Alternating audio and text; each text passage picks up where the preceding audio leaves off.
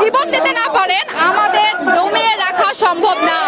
আপনি 1971 দেখেননি, এই জন্যই আপনি আবার এই জিনিসগুলো লেলিয়ে দিয়েছেন। আমরা আপনাকে দেখাবো 1971 থেকেও 2024 কত বড় আমরা, কত বড় বাহিনী, আমরা কত শক্তিশালী। একজন শিক্ষার্থী বলছেন তার এই দাবি না মানা পর্যন্ত তারা আন্দোলন চালিয়ে যাবে। এবং নারী শিক্ষার্থী যারা রয়েছে তারা কিন্তু এই মুহূর্তে অবস্থান নিয়েছেন। আর একজন মাকে আমরা দেখতে পাচ্ছি, তিনিও কিন্তু শিক্ষার্থীদের সাথে আন্দোলনের যৌক্তিক আন্দোলনে তিনি কিন্তু আসলে এসেছেন। একজন মাকে আমরা দেখতে পাচ্ছি, তিনিও শিক্ষার্থীদের সাথে এই আন্দোলনে যুক্ত হয়েছে। এবং ছাত্রলীগের নেতা কর্মীরা তারা কিন্তু দফায় দফায় তাদের কর্মসূচিতে রয়েছে এবং সেই কর্মসূচি কিন্তু আসলে ভঙ্গ করার জন্য তারা এই আন্দোলন চালিয়ে যান এমনটা কিন্তু তারা বলছেন।